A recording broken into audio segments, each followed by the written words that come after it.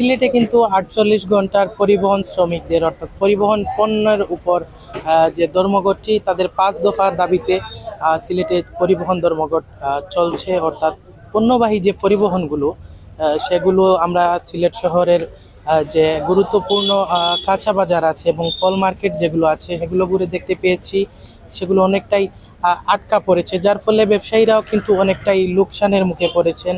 আপনাদের জানিয়ে রাখতে চাই, সিলেটের পাথর কোয়ারি খুলে দেওয়া সহ আরো ৪টি দাবিতে অর্থাৎ মোট ৫টি দাবিতে কিন্তু শ্রমিকরা পরিবহন পণ্যের ওপর ধর্মঘট পালন করছেন। এবং আপনাদের জানিয়ে রাখি, যেমনটা জানতে পেরেছি আমরা, সবশেষ তারা কিন্তু ৫ দফা দাবির আওতায় ছিল সিলেটের জেলা প্রশাসক আর অপসারণ। সেই দাবি থেকে কিন্তু গতকাল তারা সরে এসেছেন এবং সেই দাবিটির পরিবর্তে তারা বিআরটি অফিসে কিন্তু শ্রমিকদের হয়রানি বন্ধের দাবিটি তারা সংযুক্ত করেছেন। এবং আমরা যেমনটি জানার চেষ্টা করেছি, সিলেটে কিন্তু ৭ জুলাই বিএনপি দেশের বৃহৎ রাজনৈতিক দল বিএনপির মহাসচিব মির্জা ফখরুল ইসলাম আলমগীর সিলেট আসার কথা রয়েছে, যার ফলে কিন্তু তারা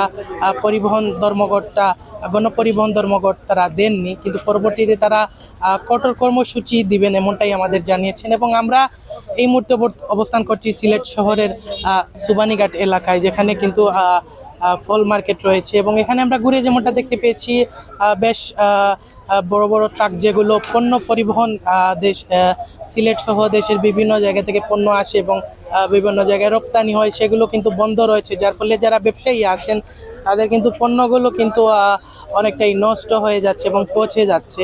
এবং আমরা যেমনটা শ্রমিকদের সাথে কথা বলছিলাম, তারাও তাদের নেতৃবৃন্দর দেয়া কর্মসূচি পালন করছেন এবং তারা যেমনটা জানিয়েছেন, সরকার যদি তাদের এই দাবি দয়াগুলো মেনে নেয় তাহলে কিন্তু তারা অনেকটাই এই ধর্মঘট থেকে সরে আসবেন। পরিবহন ধর্মঘট যে একটা ডাক দেওয়া হয়েছে, এগুলো যদি সরকারে মান্য নিতে গিয়া বা পাথর কোয়ারিটা খুলিয়া দেওয়া হয়ে যেত, তাইলে তো এই ভোগান্তিটা জনগণের ভোগান্তিটা কমতো, আমরাও চলাফেরা করতাম পারতাম। যার কারণে আমরা এই একটা জিও ডাক দেওয়ার কারণে আমরাও গাড়ি ঘোড়া চালাইতাম পারিয়ান না বা লোড আনলোড করতাম পারলাম না।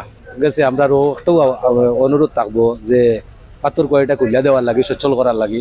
ওটা খুলিয়া দিলে হয়তো বা দেশের জনগণ বাঁচবো, দেশের জনগণ খাইব, শান্তি থাকবো।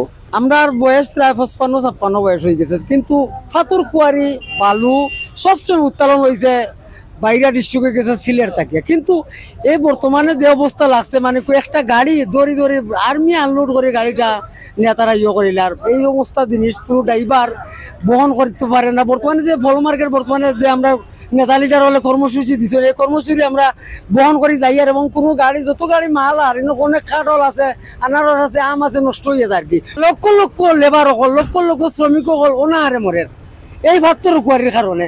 ওটা সিলেট মানে বাঁচবো এবং আমরাও বাঁচবো।